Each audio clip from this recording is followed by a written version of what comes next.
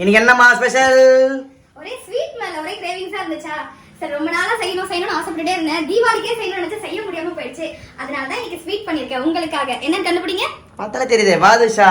பாதுஷா நம்ம கடையில வாங்கி சாப்பிடுற மாதிரி அதே டேஸ்ட்ல பாதுஷா எப்படி பண்றதுன்னு பார்த்தலாம். இவ்வளோதான் விஷயமா? இது தெரியாம கடையிலேயே வாங்கி சாப்பிட்டு இருந்தோமே. இனி சாஃப்டான பாதுஷா வீட்லயே செய்யலாம். ஃபர்ஸ்ட் ஒரு பவுல்ல 2 கப் மைதா மாவு சேர்த்துக்கோங்க. இது கூடவே 2 spoon butter, 1 spoon baking powder, 1 spoon baking salt, 1 spoon சக்கரை, 1/4 ஸ்பூன் உப்பு சேர்த்து நல்லா கலந்து விட்டு மாதிரி உருண்டை பிடிக்க வந்துச்சுன்னா கரெக்டான பதத்துல இருக்குன்னு அர்த்தம். கூடவே கொஞ்சம் கொஞ்சமா பால் சேர்த்து சப்பாத்தி மாவு பதத்துக்கு பிசைஞ்சு 1/2 மணி நேரம் மூடி போட்டு ஊற வச்சிருங்க. அது ஊறதுக்குள்ள ஒரு அகலமான பாத்திரத்துல எந்த கப்ல மாவு எடுத்தோமோ அதே கப்ல 2 கப் சக்கரை, கொஞ்சமா ஏலக்காய் தூள் சேர்த்துட்டு நல்லா கொதிக்க விட்டு ஒரு கம்பி பதத்துக்கு எடுத்துக்கோங்க. நம்ம ரெடி பண்ணி வச்சிருக்க மாவை சின்ன சின்ன உருண்டைகளை தட்டி லைட்டா ஒரு பிரஸ் கொடுத்துட்டு கட்டை விரல்ல ஒரு குழி போட்டு ஒரு கடாயில பொரிச்சு எடுக்கிற அளவுக்கு எண்ணெய் சேர்த்துட்டு லோ ஃப்ளேம்ல 2 பக்கமும் பொரிச்சு எடுத்து ரெடி பண்ணி வச்சிருக்க சக்கரை பாகுல 1 மணி நேரம் போட்டு எடுத்தீங்கன்னா அடடா செம்ம சாஃப்டான பாதுஷா ரெடி.